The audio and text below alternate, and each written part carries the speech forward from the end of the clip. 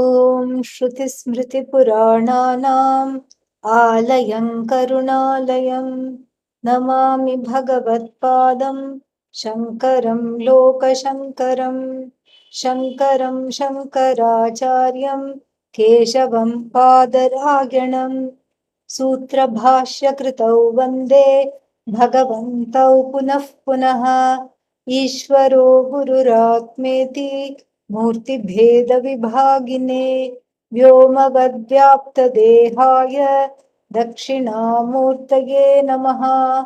उकारस्त्वन्धकारो वै ऋकारस्तन्निवर्तकः अन्धकारनिरोधित्वात् गुरुरित्यभिधीयते। ॐ सहनाववतु सहनौ भुनक्तु सह वीर्यङ्करवावहै तेजस्विनावधीतमस्तु मा विद्विषावहै। ॐ शान्तिः शान्तिः शान्तिः। ॐ नमो भगवते वैवस्वताय मृत्यवे ब्रह्मविद्याचार्याय नचिकेतसे च।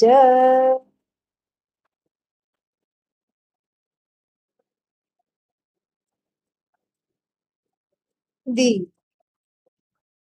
insecurity, which is the hallmark of an existence without self-enquiry, will not disappear. Will not disappear.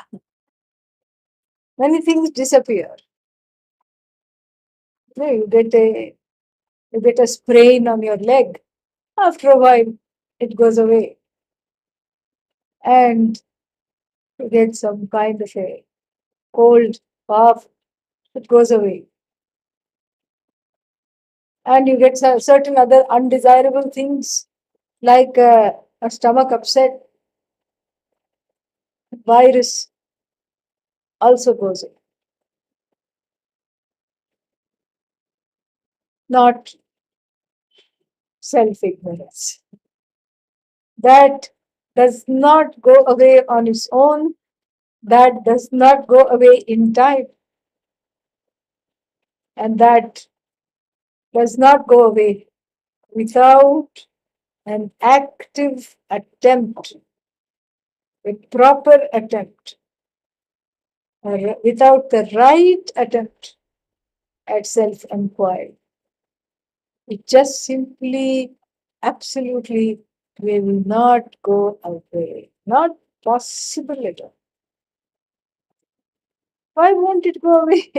So many things go away. Even a skin disease goes away after a little struggle. And like I said, sprain or a strain in the muscle goes away. After a while, it heals. Why doesn't self-ignorance go away? Because its antidote, self-knowledge, is not known. That itself takes a long time to somehow come to fall into the understanding that no matter what I am doing is not working. So Vedanta becomes the last stop, seldom the first stop. Even if somebody like is that Ramana Maharshi, who got this knowledge very quickly, they say, even for such a person, it was, you can say that the work was done in the previous lives. There were many stops in the previous lives, and therefore it appeared that it was the last stop in this life. Such a Mahatma is rare. Pujya Swamiji, Ramana Maharshi, very rare instances. Generally, self-ignorance is sticks to you. does not go away without right inquiry done in the proper manner. No, but other ignorance goes away. Why not self ignorance? What is so special about self ignorance? Other ignorance goes away. In fact, the child is born with two kinds of ignorance. It doesn't know it is Satchidananda for sure. That ignorance it suffers from. And it also doesn't know, what else does it not know? It does not know that I am the son of so and so. I am the child of daughter of so and so. I am the sibling of so and so. It does not know. And it does not know what is red, what is blue. It does not know candy. It knows nothing. And in fact, there are, we can say, only two things in the universe: I and then everything else. Everything else is a kind of a not a very convenient nomenclature. What shall we call this everything else? Not I. Ah, Dvau hi padarthau asmin loke. Don't get worried about Sanskrit. In fact, I already said in English, I'm just translating it in Sanskrit, okay? Only two things are there in this universe: Atma, Anatmanau, Atmanatmanau. One we call I, Atma, and the other one we call not I. How do you say not I? You just negate the I. Atma. An is the negative particle in Sanskrit whenever it starts, the word starts with a vowel. So Atma, Anatma. I, not I. So the child has two kinds of ignorance. I ignorance is of course there. It doesn't know I am Ishvara, I am Bhagavan. And then it also doesn't know who is mummy, who is daddy, what is house, what is candy. Nothing it knows. What is baby? I am a baby. It doesn't know anything. And interestingly, the not I ignorance appears to drop on its own. Because you hold out your hand to a 1 month old baby, it will not protest if you hold it. It does not know this is my mother, this is a stranger. It does not know. Stranger, danger. It does not know. It has stranger ignorance. Same thing you go and you try to hold a baby that is 8 months old. Just in the space of 7 months, a big transformation has taken place. Child goes like this. Who are you? I'm not going to come to you. I've never seen you before. You look suspicious. This is my mummy in whose lap I'm sitting. This is my daddy. And who are you? I don't know you. I'm not going to come to you. What has happened in these 7 months? Mother ignorance has dropped. Father ignorance has dropped. My people, this ignorance has dropped. Stranger ignorance has dropped. Now you are the stranger. And this way, there's something which is very interesting. The not I ignorance drops on its own just through socialization, just through hearing about things, just through participating in this strange thing that we call life. Just through that, it just goes.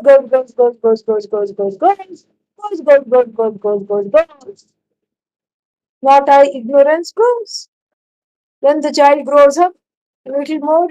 My toy, my my things, my toy ignorance is gone. My things ignorance is gone. Then the child goes to school. School ignorance is gone.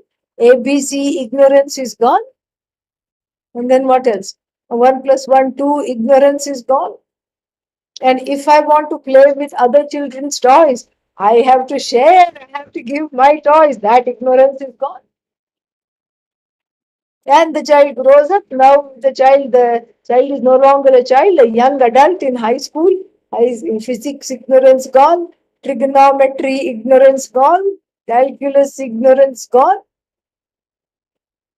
and so many things gone, going. Maybe not fully gone, but going. Because physics is a big thing, big topic, but going. Physics ignorance, that there is such a thing called physics, that ignorance is gone. And now this young adult is in college, more ignorance drops, more ignorance drops. Then they get married, then they get a job, more job ignorance gone. Then they get married, marriage ignorance gone. Then they have their own family, their own children ignorance gone, family ignorance gone. Then they get some big accolades and awards, Nobel Prize, ignorance gone. Why not? Think big. When we are thinking of award, don't think of a chota award somewhere, given by some village Maharaja in India. Maharaja in India, nothing these days. Okay, think Nobel Prize. Think big. And Nobel Prize ignorance gone. And studies, all the scientists ignorance gone. Einstein ignorance gone, Newton ignorance gone, all the ignorance gone. And then what? Finally grows old, retires, retirement ignorance gone. And then finally what? Ram Nam Satya Hai. Oh, this is what death is like. The person must be thinking after leaving the body. Oh, looks like I'm not going back here. No entry. And they are hurrying this body to the funeral grounds. No more re-entry possible. Okay, let me float around. And preta, ignorance gone. And so like this, the whole not I ignorance keeps dropping from birth to death. Not I means the whole vast jagat of things, people, places, situations, events, whatever. It keeps dropping. It goes on its own. But you can become a big scientist. You can become a path breaking. You can do research. You can become famous. You can write hundreds of books, and each book is famous. But still, one can die away without the I ignorance ever go. One can be a great scientist and then just pass away. Not fair. Not fair. How come there are two kinds of ignorances of the I and the not I? The not I ignorance drops on its own, and it doesn't even matter if you're a Vedantin, because what you are interested is in the I ignorance going away. But the I ignorance seems to be its own boss somehow. It seems to follow a totally different set of rules. Why? Because even discerning that I am ignorant of myself is a great act of grace. In fact, many kinds of graces have to come together. Kripa, grace. Kripa, prapa. Prapa means fountain. Fountain of grace, a wellspring of grace has to come. Grace has to work over time. What is this thing called grace? That is just what we call purva punya. Punya means the these good kinds of karma, the results of good karma done in this and other lives, fructify in the form of the desire to drop this ignorance. How can you drop it if you don't even know it is there? So therefore, first it fructifies in the form of I don't know myself. Oh no, I don't know myself. And it may not be in such an articulated form. Something is wrong. I don't feel like myself.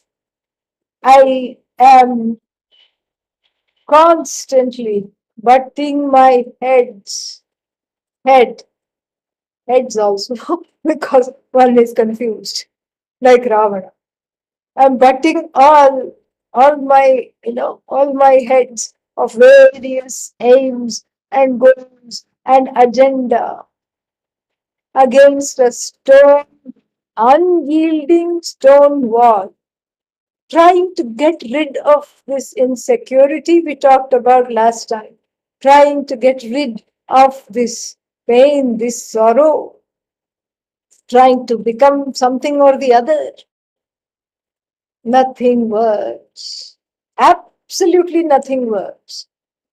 And when all avenues are closed and the seeking is sincere, grace operates. Grace operates and puts one in the in a situation of learning about oneself, so that the I ignorance, faintly discerned through a little flicker of flame called mumuksha, the desire to be free.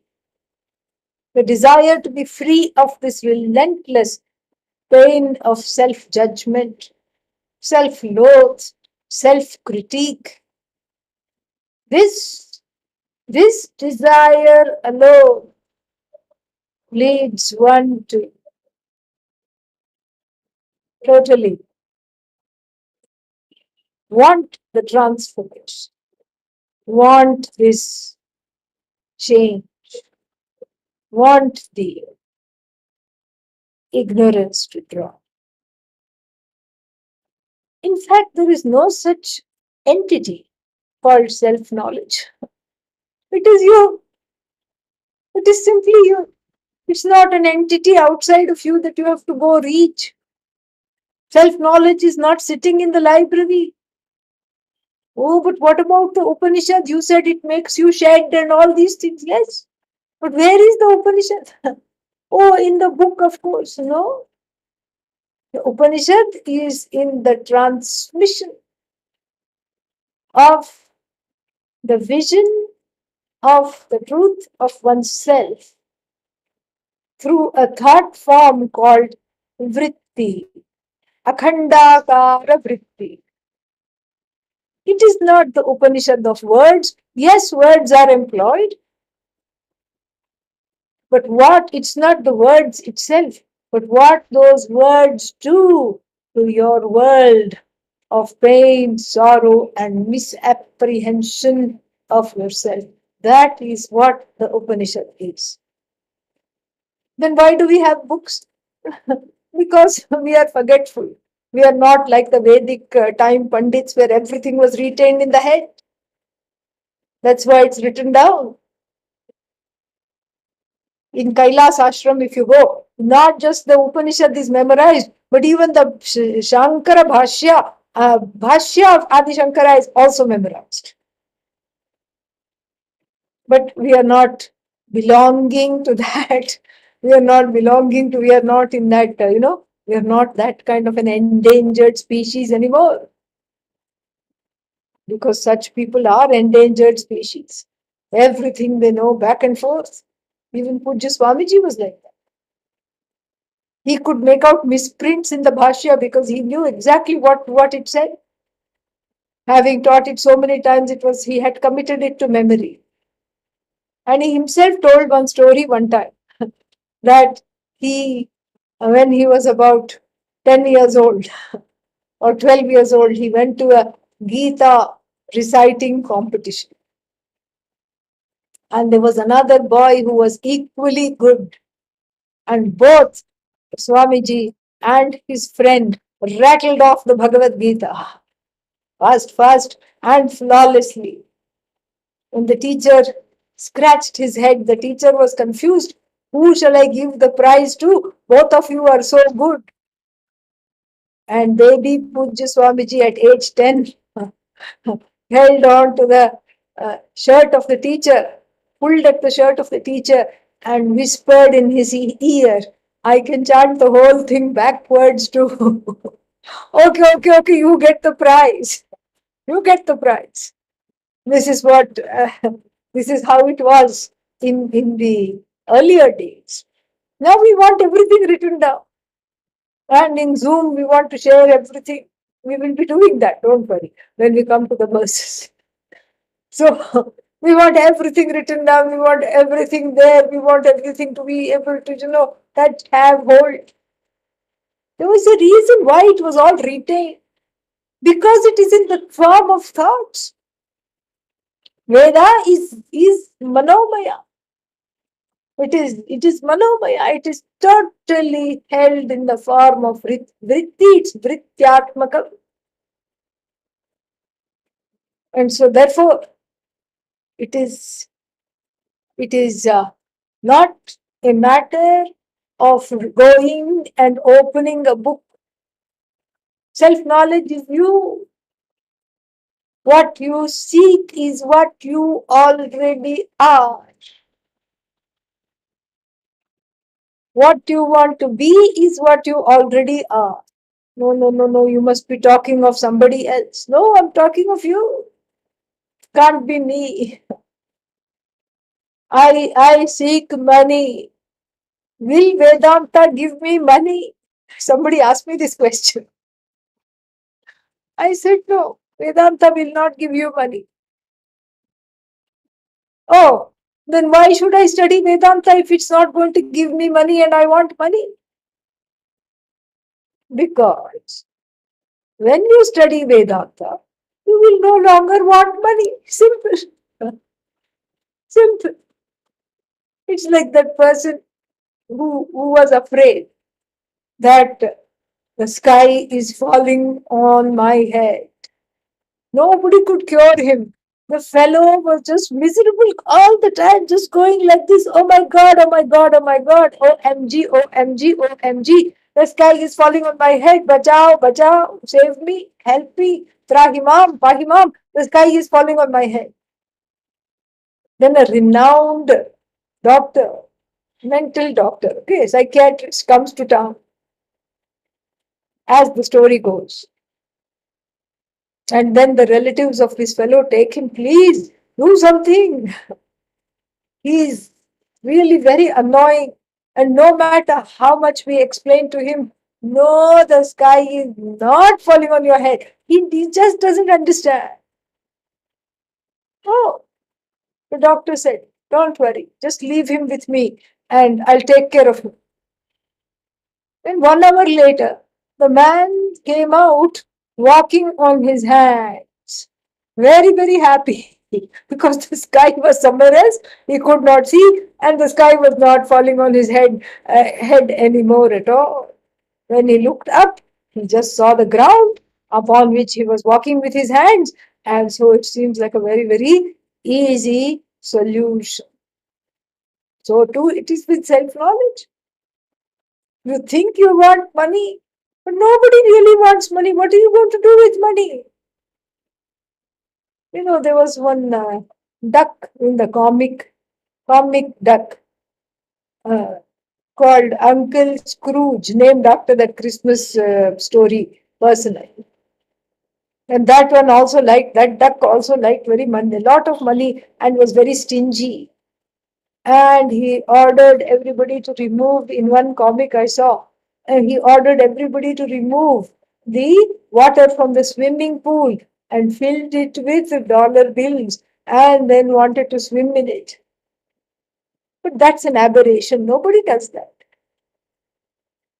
Money you want for a feeling of, I'm okay. At least I think I'm okay. If the inflation doesn't go any higher, I think I'm going to be okay. Oh, inflation went higher, interest rate went higher. Okay, okay. I think I'm still going to be okay. So I think I'm going to be okay. What is that? That's nothing to do with money. Money is superimposed as a solution for I am not okay. The insecurity which is centered on the self, one because of one's own ignorance is trying to remove it through money. Remove it through having people around oneself, no matter how toxic they are. Oh, no, no, no, but I'm afraid to be alone, and so I'm going to live with them. Oh, but they're terrible. They're just bringing out the worst in you. Doesn't matter. Doesn't matter. Let me just be with them. This is again. Why do you want people? You don't want the people for the sake of people. You don't want the money for the sake of money. In fact, you don't even love the significant other for the sake of the significant other. Oh, no. Why do I love this person? You love the person for the sake of yourself, so that you feel okay. This is what the sage Yagyavalkya told his wife while teaching her Brahma Vidya in the Brihadaranyaka Upanishad. Maitreyi, Are Maitreyi, oh dear Maitreyi, Nava Are, Patyuh Kamaya Patif Priyo Bhavati, Atmanastu Kamaya Patif Priyo Bhavati, Nava Are Jayayai Kamaya Jaya Priya Bhavati, Atmanastu Kamaya Jaya Priya Bhavati. Nava Are, he continues. Putrasya Kamaya Putrah Priyo Bhavati, Atmanastu Kamaya Putrah Priyo Bhavati. Not indeed, oh dear Maitreyi, the husband is cherished for the sake of the husband. The husband becomes lovable for the security of the wife. And don't think it's the only way around, only one way around. And the wife, similarly, is dear to the husband not for the sake of herself, but for the sake of his security. He is okay. If she is around, that is the only thing. Similarly, O Maitreyi, the children become dear to one, not for the sake of the children, but for one's own happiness, one's own security, and one's own fulfillment. Then, after going through a whole list, which is about a page and a half long, of all the things that is beloved to one, and demystifying why those things are beloved, Yagyavalkya finally concludes. Atmanastu kamaya sarvam priyam bhavati. Everything becomes cherished, everything becomes dear for the sake of the self. A pleased self is what I want. A contented self is what I want. A non demanding self is what I want. An appreciative self is what I want. Not a querulous, demanding, non accommodative self. I don't want that. I reject that. Not a sad or an anxious self. I reject that as well. Why just me? In fact, the whole pharmaceutical industry knows the truth of Vedanta. You are not anxious. Anxiety is an interloper. That's why they here, please take this anti-anxiety medicine. Please take this medicine for depression. This is what it is. And so somewhere one knows.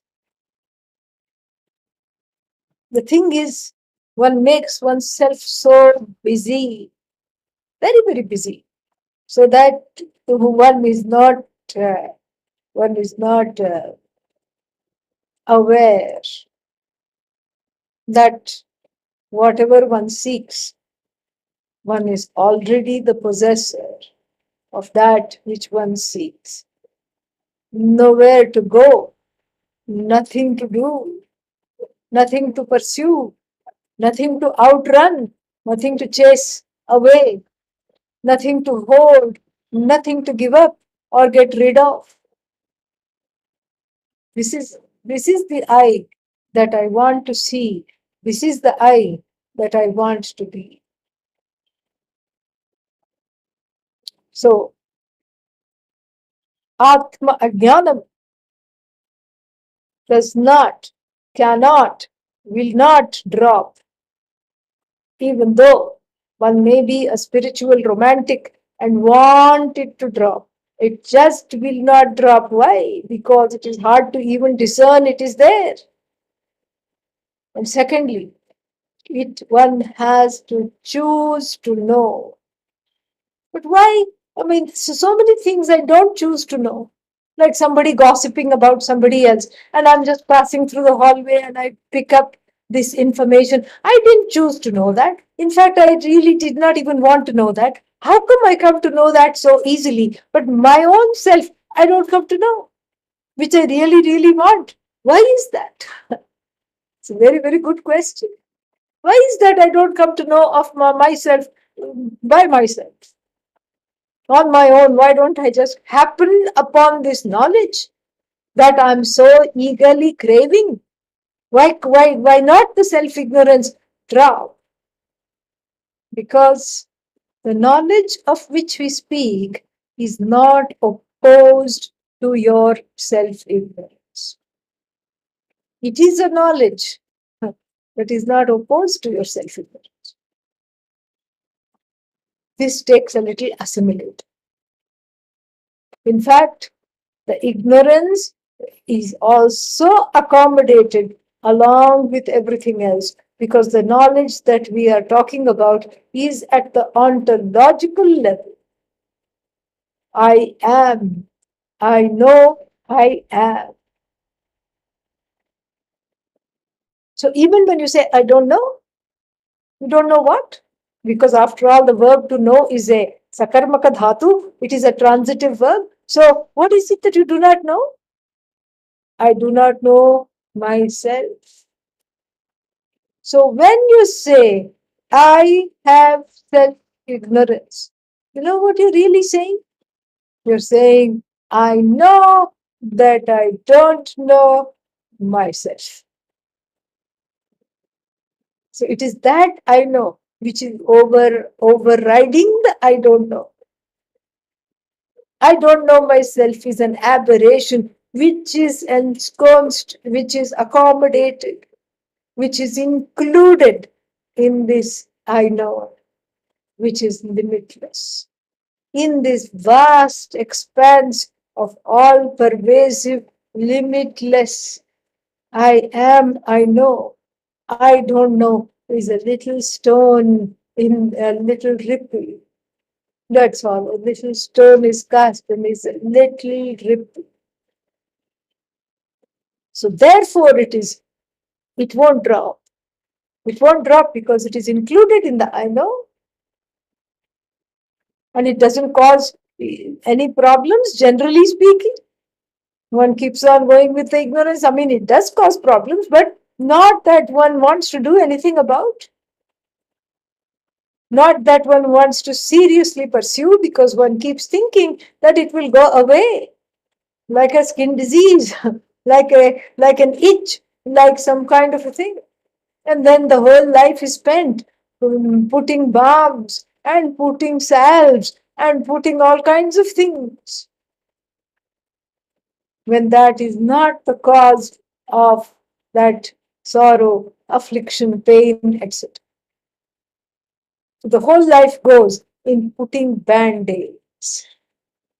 That exactly is the problem. That is the problem. The problem is that of wrong seeking,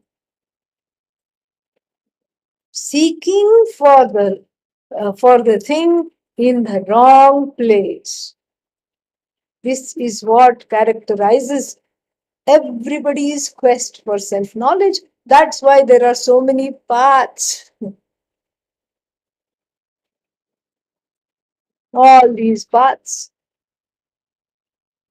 And this path, that path, this path. And what do you get? No, I want to do this. Okay, you do this. What do you get as a result? A big headache. That's all. Self ignorance doesn't go because it's just one more balm for something that is not going to get okay with all these band-aid fixes. Self-ignorance has to go after you choose to address it in the correct pursuit, in the correct way, in the proper way. Then who are you to tell me what is the correct way? I have all these choices. This is the problem. We started out talking about choices. And we started to talk about in the first talk, if you remember, we started to talk about choices and how, especially in the contemporary world, choices make one feel very, very comfortable. As long as there are choices, I'm happy. As long as there are choices, I want to be free. And I have this ersatz sense of freedom. This is moksha. Moksha is choices. Moksha is the ability to decide what kind of coffee I will have. So many coffees. And in India, even now, with all the choices, it's not as many as it's there in the West. Do you want coffee? Yes. With or without milk?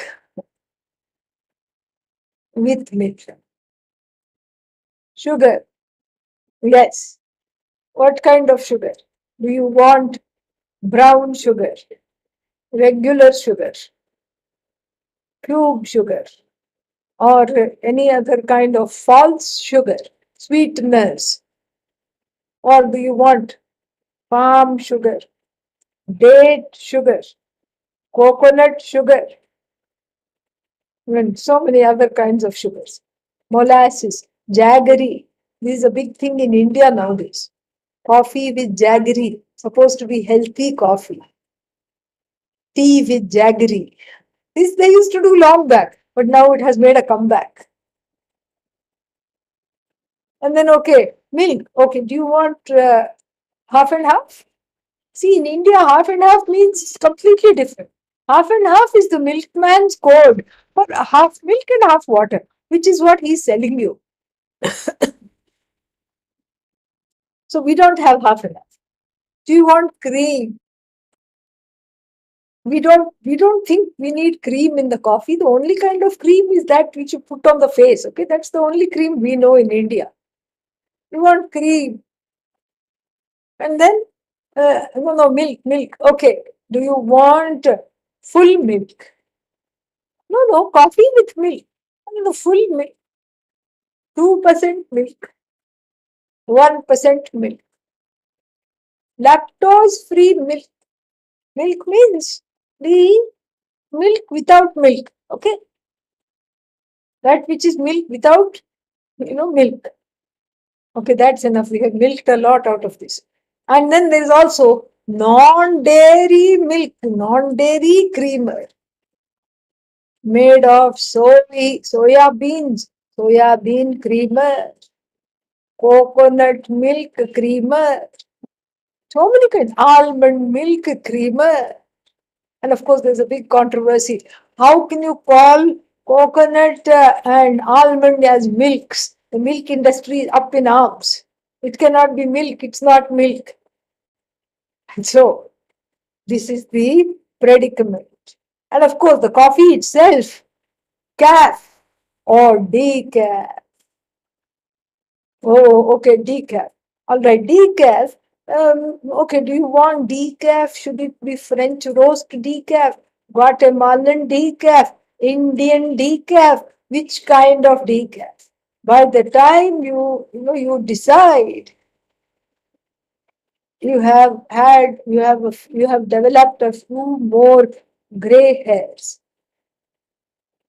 Choices in the current contemporary capitalist societies extremely oppressive.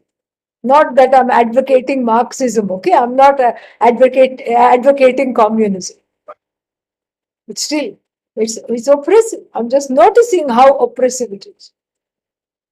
And then And then it becomes a very wonderful distraction, because half the day is gone in making choices, and the other half the day in trying to enjoy the choices that I have made. But of course, very, very insignificantly, because I'm not happy with the choices.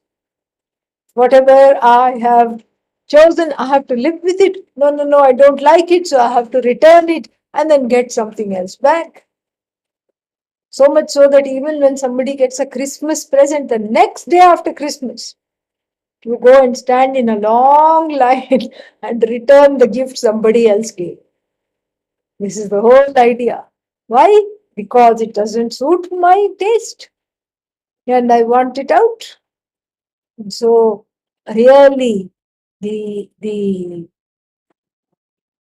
the namaskara done to the choices just keeps on fomenting and growing the raga and dvesha, the strong preferences and prejudices, until it takes over like mold. Sometimes you don't even know mold is there, but then you get allergies. That's how you know it is there. It's not discernible. So too the raga dveshas, they are there. They are damp. They are wanting to be fulfilled. They have proliferated into the sense organs. They color what I see. They color what I hear. I'm completely subjective, and I'm a slave to my preferences and prejudices. And as a result, what? As a result, I'm not a satisfied person. I have given over, I have been hijacked by the raga dveshas, and I am but a little servant to them. This is one's predicament. This is why self ignorance cannot be dropped, because the pursuit of for the fulfillment of raga dveshas is not the same as the pursuit of self knowledge. In fact, those are two different paths, completely divergent paths. But then still, these options keep me distracted and in the world playing, so to speak, or rather ensnared in the by the world of the not I. I have not I for breakfast, I have not I for lunch, I have not I for dinner. It's all not I, not I, not I, not I, not I. I revel in the not I, although it's not really possible to revel in the not I. But I revel in the not I, meaning I'm just marinated in the not I. And then as a result, the I goes out the window. The I is gone, the pursuit of the I takes a back seat, because the revelry in the not I is it has been the not I has become the I. That is the problem. The not I can never become the I. In fact, they have nothing in common. I am self effulgent, self evident. I am a sentient being. The not I is insentient. How can the two get mixed up for one another? It is not possible at all. I am the one who objectifies the not I, and the not I is an object of my perception, of my uh, anumana, inference. How can the not I become the I? The not I can never become the I, but yet, due to self ignorance, it is obfuscated. The not I frequently not only becomes the I, but then the I, it shoos the I to the corner and occupies the place, displaces the I. How? Think about one's own life. All the things that we take so seriously. OMG, I have to have this. If that is not there, I'm destroyed. If my child is destroyed, I am destroyed. If my house is destroyed, I am destroyed. If my bank account is destroyed, I am destroyed. If my face, anything changes with my face, some more wrinkles come, I am destroyed. Gray hair, please go away. I am destroyed. So look at where all the I The I has proliferated into the not I, and the not I has proliferated into the I. Nobody says, I am my house. But if anything happens to the house, oh no, I'm really attached to this house. I'm very fond of this house. It's crumbling, it's cracking. And same thing. Putre nashte aham nashtah. The child has the exam and the mother is all anxious. And I have to keep reminding the mothers who come to me very anxious. Oh, my child is in the sixth standard. Sixth standard means sixth grade. 12 years old the child is. And the parent is very, very concerned. Oh no, child has a test. Then I always ask the parent, does the child have the test or you have the test? Do you have the exam? No, no, no, I don't have the exam. Then you have to start breathing. No, but I just feel like I have to I have to also be stressed out. Why do you have to be stressed out? No, I want to have solidarity with the child. You think the child is going to appreciate you being stressed out? Not in the slightest. In fact, if somebody is stressed out, if you get stressed out along with them, that's not comforting. You have to remain cool. You have to lend the person the strength that they cannot find in the moment. You have to lend them your strength, your sanity, and your objectivity. Strength, objectivity, sanity, SOS. You have to lend them that. And then instead, if you also say, I'm going to get stressed out, that's not going to be comforting to them. It's not going to be of any help. It's not going to be of any help at all. You are already in pieces. You need a psychotherapist, and you are of no use to anybody else around you. But still, somehow, despite this fact, we are convinced that this co stressing is a way of showing love. Nonsense. This is not a way of showing love. This is dysfunctionality personified. Absolute madness personified. And this is the uh, problem here. The I has bled into the not I, like blotting paper absorbed the not I as part and parcel of itself, and therefore it grieves. First cause of grief. And the not I is mistaken for the I, the second cause of grief. Why? Because of my wrong projection. Where did this projection come from? What is the raw material for the projection? The raw material for the projection is Atma Ajnanam, self ignorance. That is the raw material for the projection. What other raw material do you want? That itself is the raw material for the projection. Your own self ignorance is the raw material for the projection.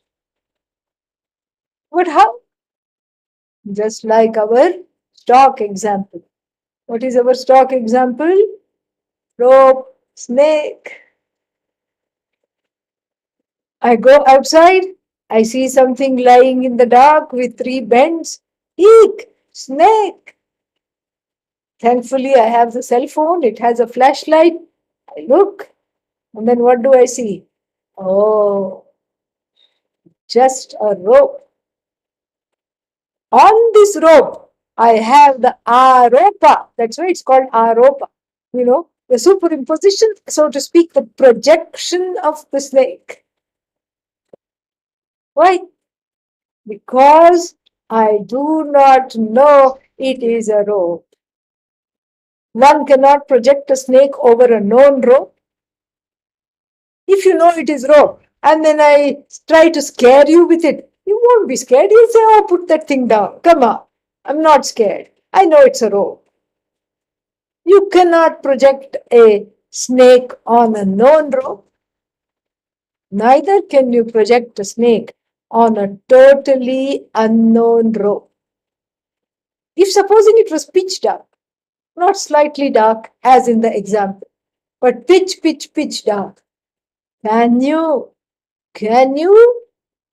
project a snake? No, you can't see a snake. See a snake. Why? Because you can't see anything. How can you see a snake? So, therefore, you can't have a snake over an unknown rope. You can't have a snake over a known rope. What kind of a rope lends itself to the aropa of the snake? A partially known, a half known rope. This is the example.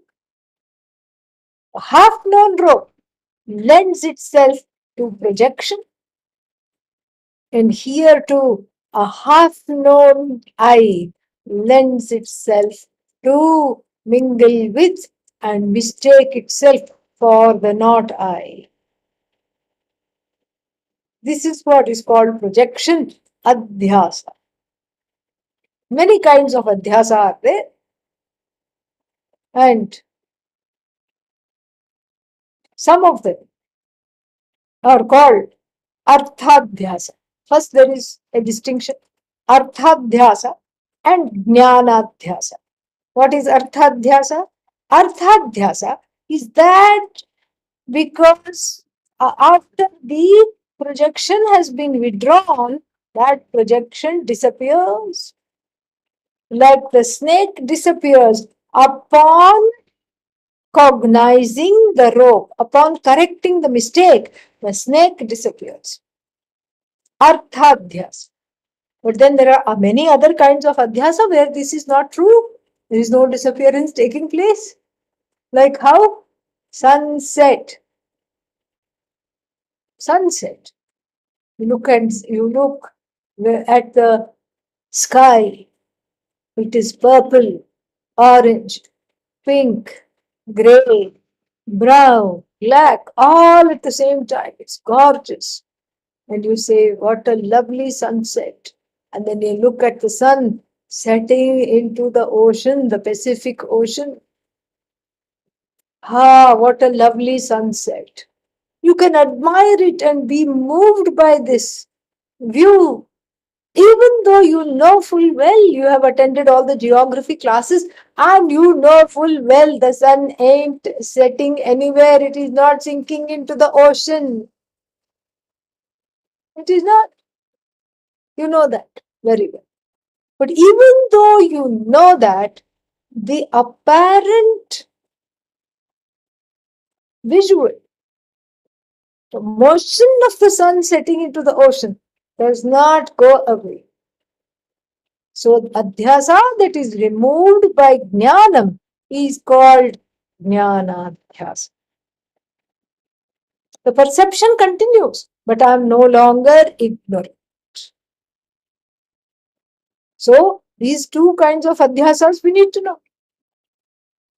So, now what about self ignorance? Self ignorance is because I don't know who I am, and therefore I make projections upon the I that is partially known. What do you mean partially known? I know I am. That much I know. But I don't know that I am Satchidananda. I don't know that I am Ishvara. I am one with the whole. I don't know I am Brahman. And therefore, I think I am miserable. I am sorry. I am small. I am an idiot, etc., etc. This is the wrong conclusion. Suppose you go to the teacher and correct this conclusion. Then what happens? You are no longer ignorant of the I, but the body continues. So you continue to live in this finite body. You continue to live in this finite mind. You continue to live in the finite world of senses, etc., etc. Nothing changes. Nothing at all changes. Jnanadhyasa. Same thing. Jnanadhyasa. Nothing has changed and everything has changed because now I am no longer ignorant of myself.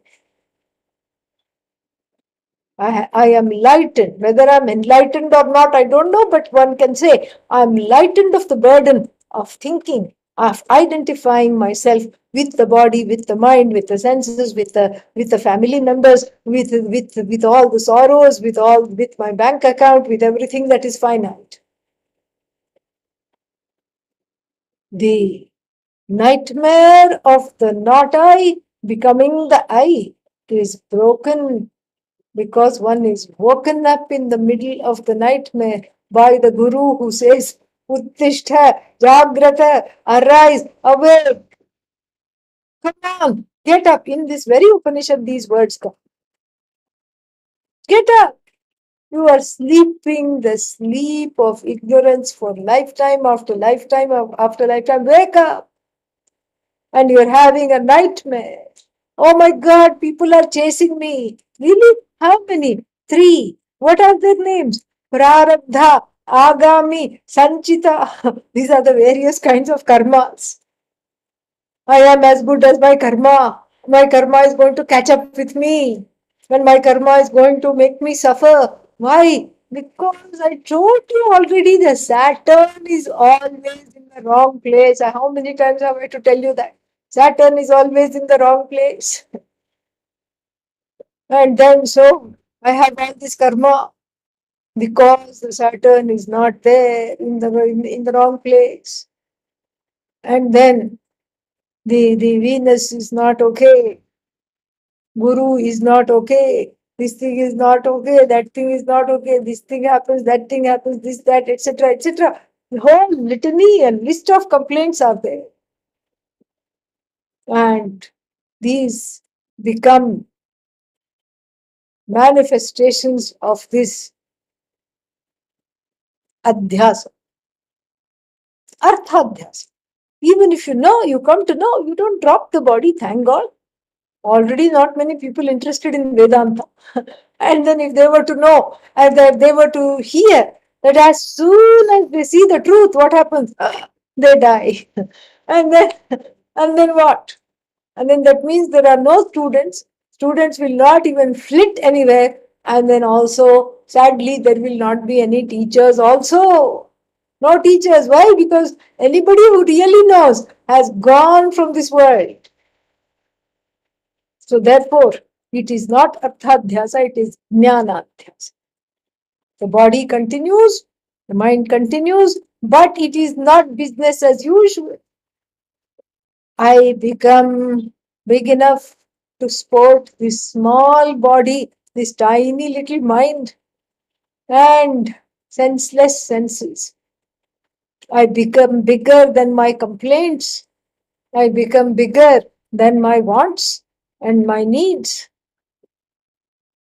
Because bigger means what? I am fulfilled. I am whole. I am free. So this is all jnanadhyasa. I know I am not this, but still the apparent empirical reality of duality continues. The duality has been deemed as though. So if the duality as though continues, the as though duality continues, both of which you can say. As though duality continues, duality as though continues. But since it is as though, it does not really put any, does not cramp my style. I can even enjoy it. But if this is not known, then one makes a costly mistake of, what should I say, of mixing the I with the not I and the not I with the I. And here are two more definitions of adhyasa which are important to know. The first kind is called Atmani, in the I, not I projection. Not I projection with regard to the I, the first kind of adhyasa. What is an example of that? I am as good as the body. Is the body I or not I? Huh? What is the body? Not I. Not I. Took some time, but the answer came. Thank you. Body is not I. Mind is not I. Senses are not I. But in this not I, I buddhi. in this, not I. I buddhi is there. That's why I want the body to continue. That's why I don't like wrinkles. That's why I don't like gray hairs. That's why I want to look a certain way. That's why I keep all the surgeons in Florida employed. What kind of surgeons? Plastic surgeons, cosmetic surgeons. I keep them employed. This is what it is. And so this is called Atmani Anatma Adhyasa. A not I projection on the I. On the I that is Satchidananda, free of time as we saw earlier, free of space, spatially limitless, temporally limitless, in every other way object wise limitless, every other way limitless. I, on this limitless I, is projected a whole lot of limitations pertaining to the not I in the body mind sense complex, and so that the limitations centered on the not I are projected, they bleed into the I. Atmani Anatma Adhyasa. And then the second kind of adhyasa within this rubric is anatmani atma adhyasa. What is that now? In the not I buddhi. What is I buddhi? I means it is forever. I means it is limitless. And that's what I do to my relationships, to my jobs, to my to my significant others. This is what one does. So in India, this is very common. Some one parent tells another parent very proudly, "My daughter got a job." And what will the other parent say? Is it permanent?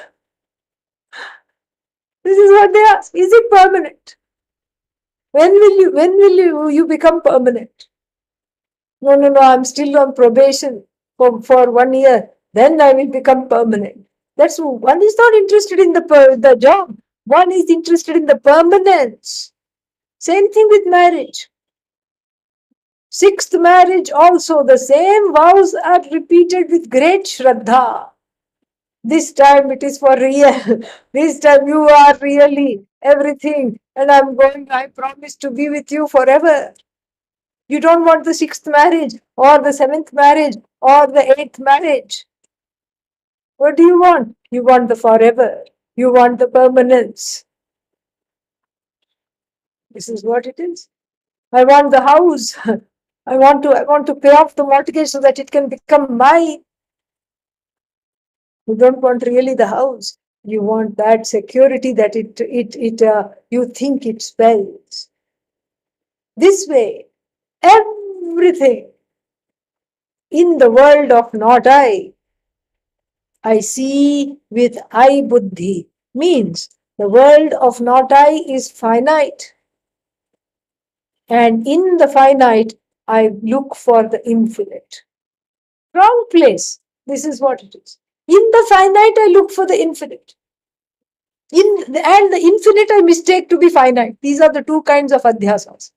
The infinite I is mistaken to be the body, to be the mind, to be the senses, to be finite. And the finite world of name and forms is mistaken to be infinite because I want everything to continue infinitely. I want some loved one to live forever. How is that possible? It's not possible. It goes against the universal laws. No, never mind. I still want them to live forever. And then I want the objects also to be there always.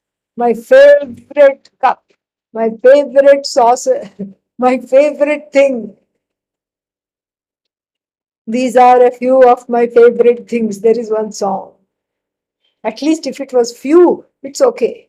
But even in the song, the woman keeps on singing, and so many favorite things are there at the end.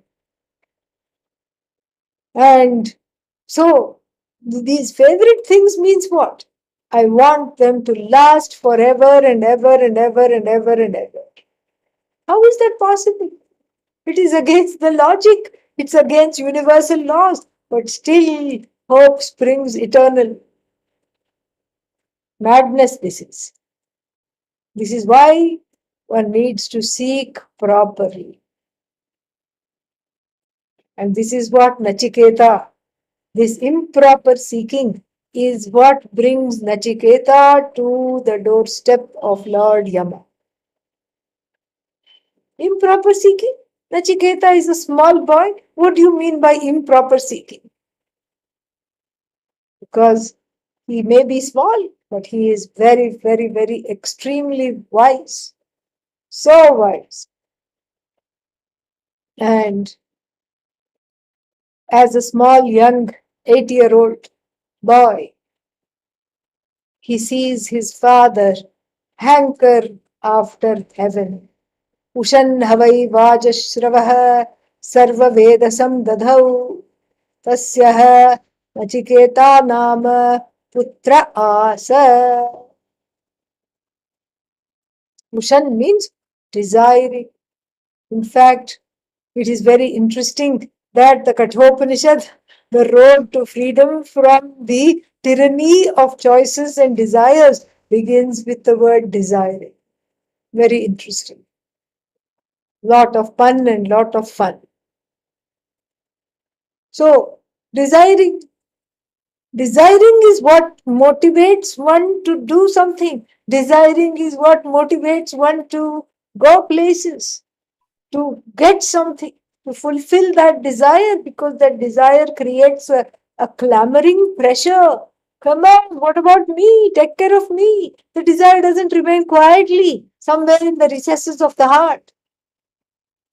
It makes its presence known and it exerts a vega. Vega means pressure. It exerts a pressure to be fulfilled. And so, therefore, Nachiketa sees his father desiring what? Heaven. Some kind of an afterlife. Why? Because somehow Vajashravas, the father of Nachiketa, somehow comes to know, because he's a devout dharmic person. He comes to know that this life is ephemeral.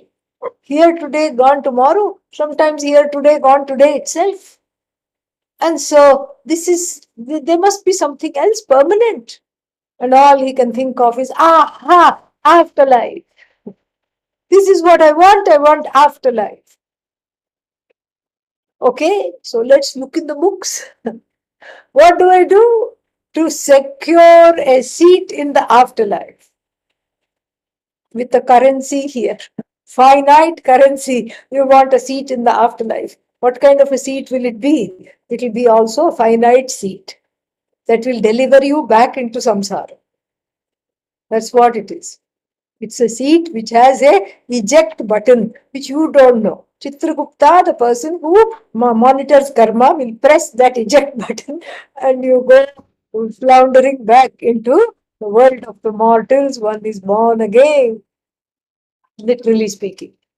And so this is, but still it doesn't stop Vajashravas from thumbing through the pages of the Veda and looking for an appropriate ritual in order to guarantee a seat, a throne in the afterlife. What do you have to do? Veda said, simple. Just give away everything that you have ritualistically. Whatever you possess, you give away. And this is what it means. Sarva vedhasam dadhau, gave away all his wealth. And this must have been a wealthy man. Otherwise, if a begging person gave up his bowl, there's nothing to write about. But here, there's a person with a lot of cattle, a lot of land, a lot of people to take paricharakas, sevaks to take care of the land and the cattle. And such a person giving stuff away, it's something to write about. Little Nachiketa sees all the cows being given away. Oh, they're being led here. Oh, here is some gold being given away. Here is this being given away. Here is being that being given away.